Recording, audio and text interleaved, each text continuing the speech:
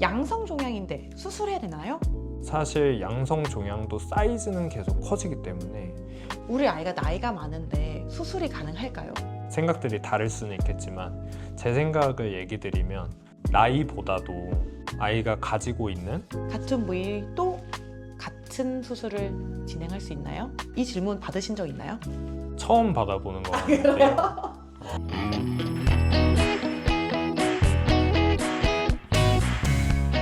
진료하시다 보면 보호자님들이 반복해서 자주 물어보는 질문들이 있잖아요. 그래서 오늘은 그 중에서 좀 많이 질문하신 것 같다라는 부분들만 몇 개 질문해 보도록 하겠습니다.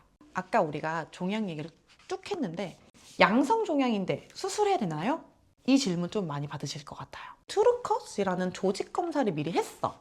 거기서 양성이 나왔어. 만약에 그렇게 해서 이제 진짜로 조직 검사를 통해서 양성 종양이라는 거에 대한 판별을 받았다고 하더라도 당연히 가능하다는 전제하에 수술을 하기를 추천을 드리고, 왜냐하면은 양성 종양이 악성 종양화가 되는 경우들도 덜어 있고, 사실 양성 종양도 사이즈는 계속 커지기 때문에 그 크기에 따라서 안 좋은 영향을 미치는 경우들이 있습니다. 방금 말씀해 주신 거는 양성 종양도 퍼지진 않지만 퍼지진 않지만 그 자리에선 커질 수 있다는 거죠. 당연합니다. 그러면 그 자리에 커지는 것만으로도 증상을 유발할 수도 있겠네요. 뭐 예를 들면 배 안쪽에 매우 큰 양성 종양이 있다. 그러면 장들 이런 것들을 모두 누르게 될 것이고, 그러면 당연히 우리가 먹고 소화하는데 영향을 당연히 줄 수 있습니다. 그러면 정리하자면 양성 종양이라도 제거가 가능하다면 제거를 빠르게 하는 게 좋다. 네. 자, 그 다음 질문은 우리 아이가 나이가 많은데 수술이 가능할까요? 이것도 되게 많이 들어보셨을 것 같아요. 아주 많이 들어봤습니다. 뭐라고 보통 얘기를 해주시나요? 선생님들에 따라서 생각들이 다를 수는 있겠지만 제 생각을 얘기 드리면 나이보다도 아이가 가지고 있는 혹시 기저질환이 있는지 그런 거에 대한 여부가 수술을 결정하는데, 마취를 결정하는데 좀 더 중요할 것 같습니다. 그런 건 어떻게 알 수 있죠? 저희가 일반적으로 진행하는 뭐 혈액 검사, 엑스레이, 초음파, 그 외에도 청진, 체온 이런 다양한 검사들을 통해서 내과적인 검진을 먼저 해보시면 마취에 대한 기저질환의 여부를 알 수 있을 것 같습니다. 그러면 결국 수술을 하는 환자들은 대부분 그런 내과 질환이 있는지 없는지에 대한 여부를 파악하기 위해 그런 검사들을 같이 진행을 하시나 보네요. 항상 선행을 하고 있습니다. 그런 검사를 통해 우리 아이의 기저질환이 감별이 된다면 그 또한 마취의 안정도까지 확보를 할 수 있는 부분이겠군요. 맞습니다. 질환이 좀 어느 정도 교정이 가능하다면 하고 마취를 진행할 수도 있겠고, 마취의 안정성도 훨씬 더 올라갈 수 있을 것 같습니다. 좀 약간 예를 들면 빈혈 수치가 조금 낮다 이런 거나 하면 사실 출혈이 나는 수술 되게 어렵잖아요. 네. 수술은 해야 돼. 그럼 어떻게 이런 환자들을 이어가시나요? 우선은 그런 기저질환이 이제 내과 검진에서 수술 전에 발견이 됐다고 했을 때 사실 병원에 매우 유능한 내과 과장님들이 계시기 때문에 마취나 수술이 가능한 상황인지 당연히 협진을 통해서 진행을 하게 됩니다. 즉 질환이 있다고 하더라도 아이 수술 포기 이게 아니라 이 내과 선생님들과 함께 이 질환에 대한 교정을 한 다음에 이 수술을 할 수 있는 몸을 만든 다음에라면 충분히 수술을 할 수 있다. 맞습니다. 그 다음 질문을 또 해볼게요. 이 질문도 보호자님들이 많이 하실 것 같은데 저희 애 위절개 수술 한 번 한 적 있는데 또 위절개 수술 할 수 있나요? 같은 부위 또 같은 수술을 진행할 수 있나요? 이 질문 받으신 적 있나요? 처음 받아보는 거 같은데요. 저는 궁금할 것 같은데. 저는 할 수 있다고 당연히 먼저 생각하고 처음 하고 나서 그 부분은 일반적으로는 완전히 회복이 우선은 되는 상황이기 때문에 다시 수술을 같은 부위에 하더라도 크게 문제는 없다. 다만 좀 고려해야 될 것은 저희가 몸 안에 수술을 먼저 하고 나면 그 부분을 회복하기 위해서 몸 안에 있는 것들이 많이 움직입니다.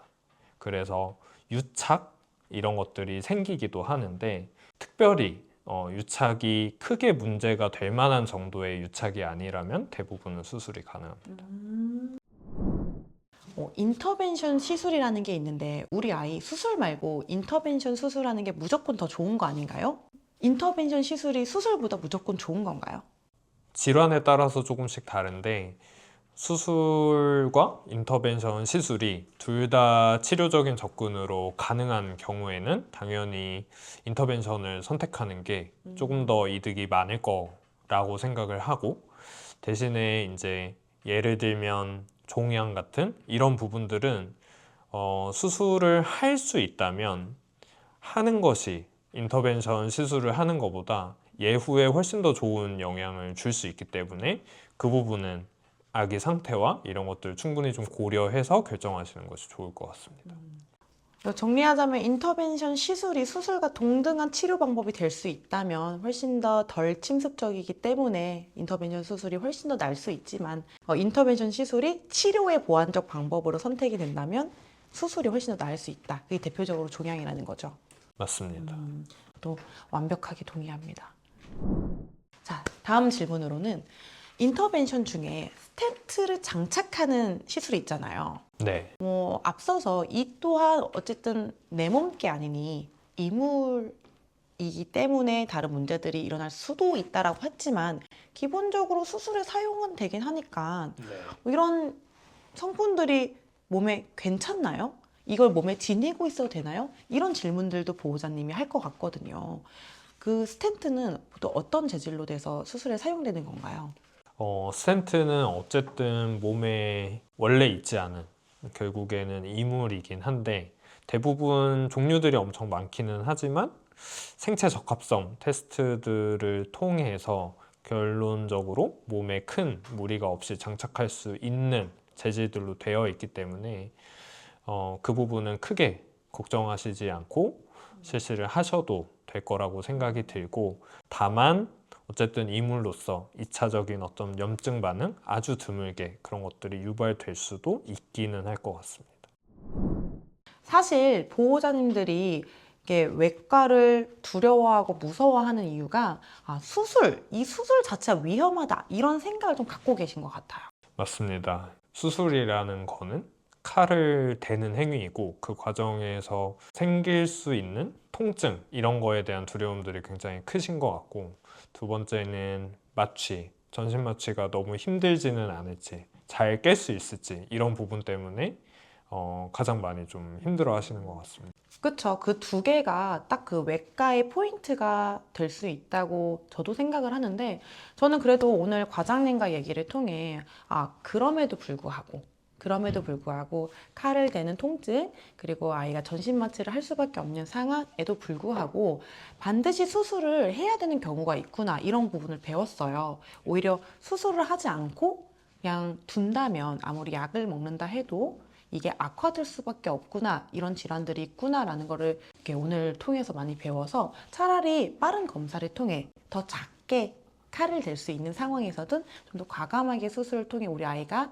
빠른 회복을 도와주는 게 더 맞지 않을까, 이런 생각이 들었어요. 맞습니다. 훨씬 더 결국에는 결론적으로는 덜 아프고 덜 위험하게 치료할 수 있을 것 같습니다. 또한 수술이 좋냐, 인터벤션이 좋냐, 이게 낫냐, 저게 낫냐, 이런 방법론적보다도 가장 우선시 돼야 되는 거는 우리 아이의 현재 상태가 어떤 상태인지, 이 상태에 대한 정확한 진단과 평가가 된 다음에 이제 이 아이에게 맞는 방법이 무엇인지를 2차적으로 고민해야 된다는 이 부분도 되게 많이 배웠습니다. 그래서 우리 아이들에게 단순 수술해봐라 이것보다도 일단 사전 검사, 그리고 철저한 진단, 이런 부분이 사전에 반드시 수행이 돼야 우리 아이들에게 건강한 삶을 선물해 줄 수 있는 초석이 되지 않을까, 이렇게 생각이 드네요. 오늘 이렇게 나와주셔서 너무 감사드리고요. 너무 고생 많으셨습니다. 자, 마지막으로 우리 보호자님들에게 이거 딱 한마디만 하고 싶다. 제가 드리고 싶은 말씀은 아이가 조금이라도 어떤 미세한 증상이라도 보인다면 괜찮아지겠지 하면서 기다리시지 마시고 병원에 내원하셔서 빠르게 좀 검진을 받아보시고, 혹시라도 수술이 필요한 상황이라면 적기에 너무 걱정하지 마시고, 요새는 마취에 대한 약물들, 진통에 대한 약물들도 많이 좋아지고 있고 수술에 관련된 어떤 그런 장비들도 많이 좋아진 상황이기 때문에 너무 걱정하시지 마시고 적기에 조기에 수술 받으시기를 좀 권장드리겠습니다. 네, 너무 좋은 말씀 감사드립니다. 이 마지막 멘트만으로도 좀 뭔가 마음에 이게 짐이 좀 덜어질 수 있을 것 같아요. 이걸 보시는 보호자님들 중에 누군가는 정말 우리도 공부를 열심히 하는 만큼 세상도 더 바뀌고 있고 더 나아가고 있어서 이전에 두려움에 너무 갇히시지 마시고 모든 조기에 적기에 치료가 들어간다면 빠르게 좋아질 수 있으니 수술이라고 해서 이렇게 수술 다 위험해 이렇게만 생각 안 하셨으면 좋겠다. 오늘의 이야기가 적어도 그런 메시지는 갔으면 좋겠다라고 생각이 듭니다. 오늘 나오신 소감이 어떠세요? 이런 게 처음이어서 너무 많이 긴장되고 그래도 이게 조금이라도 도움이 보호자분들께 되셨으면 하는 바람입니다. 네.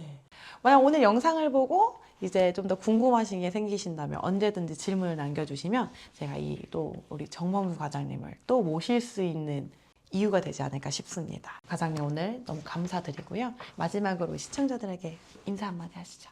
여러분 다음에 또 봐요. 이렇게 안녕 하시면 돼요. 네. 네. 여러분 다음에 또 봐요. 봐요. 네, 안녕.